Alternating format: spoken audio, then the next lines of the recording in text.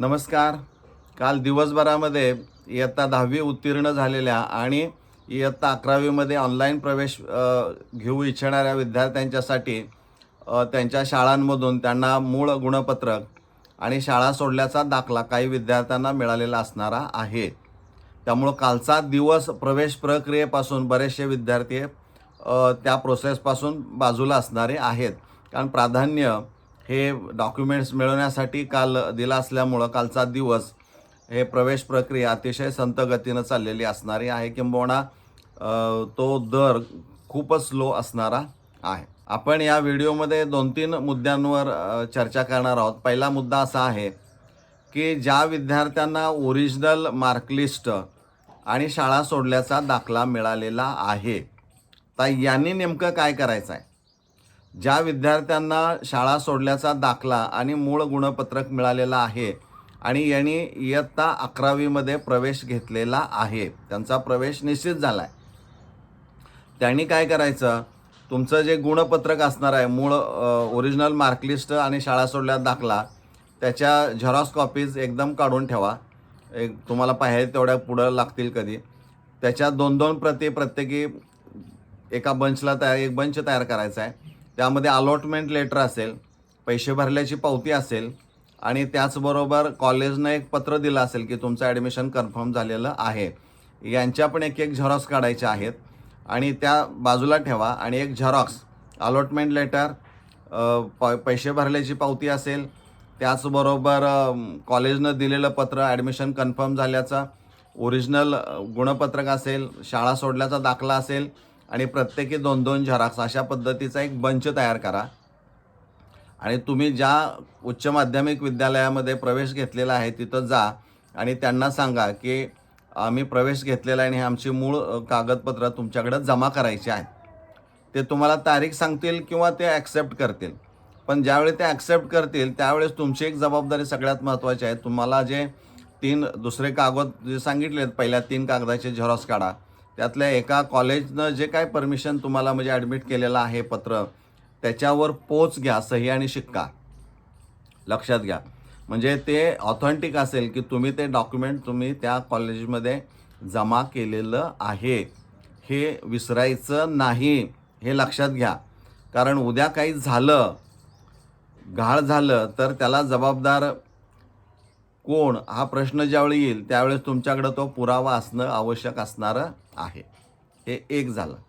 आता दुसरा विषय असा आहे की ज्या विद्यार्थ्यांनी अजून प्रवेश घेतलेला नाही, ते घेणार आहेत, पण त्यांना एक मूळ गुणपत्रकच मिळालेलं आहे, मार्कलिस्ट मिळालं आहे, शाळा सोडल्याचा दाखला मिळालेला नाही. त्याही विद्यार्थ्यांनी आज जाऊन प्रवेश घ्यायचा आहे. त्यांनी काय करायचं आहे? त्यांनी जाऊन प्रवेश घ्या. फक्त तिथं प्रोसीड फॉर ॲडमिशनच्या वेळेस तुम्ही जी काही ऑल डॉक्युमेंट्स आर मॅन्डेटरी म्हणजे अपलोड करायचे आहेत, तिथं ते ओरिजिनल मार्कलिस्ट तुमचं जे आहे ते अपलोड करा आणि तुम्ही त्या कॉलेजमध्ये जिथं प्रवेश तुम्हाला घ्यायचा आहे तिथं जा. तिथं गेल्यानंतर तुमच्या डॉक्युमेंट्स व्हेरिफिकेशन होईल. त्यावेळी तुम्हाला ते विचारणा करतील की शाळा सोडल्याचा दाखला तुमचा ओरिजिनल दिसत नाही आहे.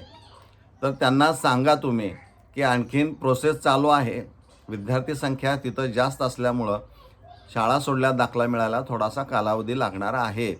मग त्यावेळेस ते तुमच्याकडून हमीपत्र भरून घेतील की या कालावधीमध्ये शाळा सोडल्याचा दाखला आणून द्यावा म्हणून, अन्यथा प्रवेश रद्द करण्यामध्ये येईल. तो तुम्ही भरून द्यायचा आहे आणि भरून दिल्यानंतर तुमचा प्रवेश हा तिथं कन्फर्म केला जाणारा आहे. अडवणूक कोणी करणार नाही. हा एक भाग. म्हणजे या पद्धतीनं तुम्ही प्रवेश घ्या. पण तुम्ही प्रवेश घेतल्यानंतर ज्यावेळी तुम्ही डॉक्युमेंट सबमिट करणार आहात, पुढं जेव्हा केव्हा शाळा सोडल्या दाखला मिळाल्यानंतर, त्यावेळेस मग मात्र तुम्ही सुरुवातीला 1 नंबरला जसं मी सांगितलेलं आहे त्याप्रमाणे सर्व डॉक्युमेंट्सचा बंच तयार करा आणि पोस्टसाठी एक डॉक्युमेंट असेल त्याच्यावर त्यांची पोस्ट घ्या ज्यावेळी तुम्ही ते सादर करणार त्यावेळेस. म्हणजे या पद्धतीनं या गोष्टी तुम्हाला करावायच्या आहेत आणि त्या काळजीनं करायच्या आहेत. यामध्ये निष्काळजीपणा कोणताही करू नका. हा दुसरा मुद्दा झाला. आणि तिसरा सगळ्यात महत्त्वाचा मुद्दा आहे की तो सर्व विद्यार्थ्यांनी, जे प्रवेश घेणारे विद्यार्थी आहेत या 3 तारखेपर्यंत, यांनी ती ॲक्टिव्हिटी करायची आहे की हेल्पलाईन नंबर जो असणार आहे, हेल्पलाईन नंबर, त्या हेल्पलाईन नंबरला तुम्ही जर सिलेक्ट केलं तर तिथं मेसेज म्हणून येईल ऑप्शन, त्याला क्लिक करा आणि जो मेसेज मी डिस्क्रिप्शन बॉक्समध्ये तुम्हाला देतोय तो कॉपी पेस्ट करा तिथं. म्हणजे संपूर्ण राज्यामधून जे विद्यार्थी हा व्हिडिओ पाहतील, पालक पाहतील किंवा जे कोणी पाहतील, त्यांना जर या विद्यार्थ्यांच्याबद्दल काहीतरी करावं असं वाटत असेल तर त्यांनी तो मेसेज कॉपी करायचा आणि हेल्पलाईनला काय करायचा आहे, तो पेस्ट करायचा आहे आणि फॉरवर्ड करा, म्हणजे तो जाईल. म्हणजे काय होईल, संपूर्ण राज्यामधून ज्या वेळेस 2 दिवस मुदत वाढवून देण्याच्या अनुषंगानं ज्यावेळी मागणी होईल त्यावेळी 100% मी गॅरंटी देतो की तुम्हाला दिवस वाढवून हे मिळणार. त्यामुळं ते कॉम्पेन्सेशन आहे, कारण 1 तारीख तुमची ही फक्त दाखला मिळवण्यामध्येच, म्हणजे गुणपत्रिका मिळवण्यामध्येच तो दिवस गेलेला आहे. त्यामुळं प्रवेश तो झालेलाच नाही आहे. तो दिवस तो ड्रॉपच धरला पाहिजे आणि त्यामुळे 1-2 दिवस ते वाढवून निश्चित देतील. पण ही ॲक्टिव्हिटी मात्र तुम्ही व्हिडिओ पाहिल्यानंतर करणं अतिशय गरजेचं असणारं आहे. म्हणजे आजच्या या व्हिडिओचा मूळ उद्देश हाच आहे की 11वी प्रवेशासाठी वाढीव मुदत मिळवून घेणं आणि थोडंसं रिलॅक्स होऊन प्रवेश घेणं. आणि यात काय फार अडचण येईल दुसऱ्या राऊंडची प्रोसेस सुरू करण्यासाठी, मला वाटतं कुठेही अडचण येणार नाही. हा पूर्ण आठवडा शनिवारपर्यंत जरी गेला प्रवेशासाठी तर अडचण बिलकुल कुठेही येणार नाही, कारण शेड्युल्डमध्ये अगदी त्या पद्धतीनं बऱ्यापैकी गेल्या वर्षापेक्षा व्यवस्थित चालू आहे असं म्हणायला काही हरकत नाही. त्यामुळं सर्व विद्यार्थी आणि पालकांना आणि व्हिडिओ पाहणाऱ्यांना विनंती आहे की त्यांनी या पद्धतीनं मेसेज पाठवा आणि मुलांना होता होईल तेवढी कशी मुदत वाढ मिळेल प्रवेशासाठी या दृष्टीनं आपण सगळे मिळून प्रयत्न करूया.